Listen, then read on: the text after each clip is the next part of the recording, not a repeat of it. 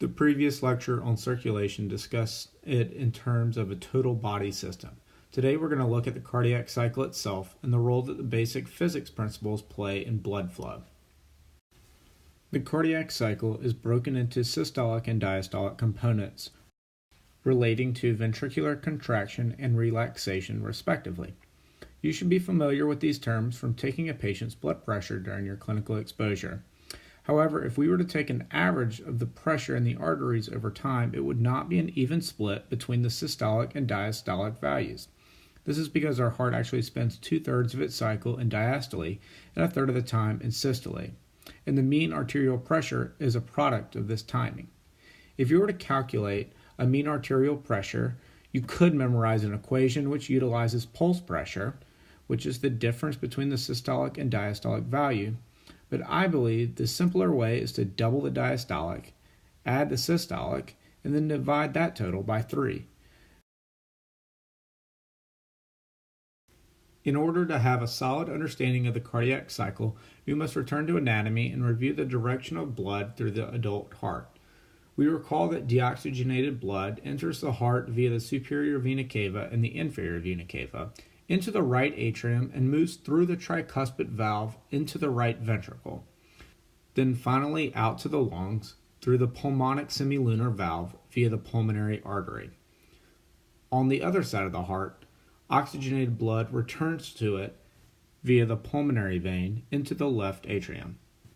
From there, blood travels through the mitral valve and into the left ventricle and out to the body via the aorta through the aortic semilunar valve. You will need to keep this pathway in mind and its timing in respect to systole and diastole when thinking about abnormal pathologies of the heart. Let's talk about normal physiology first and start on the left side of the heart. We are going to discuss the previously mentioned cycle, but now focus on the pressure and volume relationships within the left ventricle. We are going to describe this cycle in what is called the pressure-volume loop. We will start, as with all graphs, with the axes. Pressure is on the y-axis and volume is on the x-axis. I always like starting this cycle with the end of diastole and the beginning of systole. So we begin with a ventricle that has been fully filled with blood. We call this the end diastolic volume. An electrical stimulus, represented on the ECG, known as the QRS, triggers contraction of the ventricles. The papillary muscles pull on the chordae tendineae and slam the AV valves closed, preventing backflow into the atria. Now the cardiac myocytes contract, but all the valves are closed. This squeeze decreases the size of the chamber without changing the amount of blood in it, which sends the pressure of the left ventricle up. Once the pressure in the ventricle overtakes the systemic pressure, this is known as the afterload, the aortic valve opens up, allowing for ejection of the blood. Under normal scenarios, the aortic pressure and left ventricle pressure should remain the same during ejection. But once blood leaves the chamber, the pressure begins to fall. As the myocytes repolarize, the systemic pressure outside of the heart in the aorta overtakes the pressure in the left ventricle. The aortic valve closes, ending systole and beginning diastole. The volume that is in the left ventricle once the aortic valve closes is known as the end systolic volume. The chamber never fully empties, so the percentage of the starting volume that is left at the end of systole is known as the ejection fraction. This is a key marker in assessing the severity of heart failure. All during ventricular systole, the atria were filling with blood. Diastole begins with isovolumetric relaxation, a period when all the valves are closed and the relaxation of the myocytes rapidly drops the pressure within the ventricles. This generates a pressure gradient where the atrial pressure overtakes the ventricular pressure.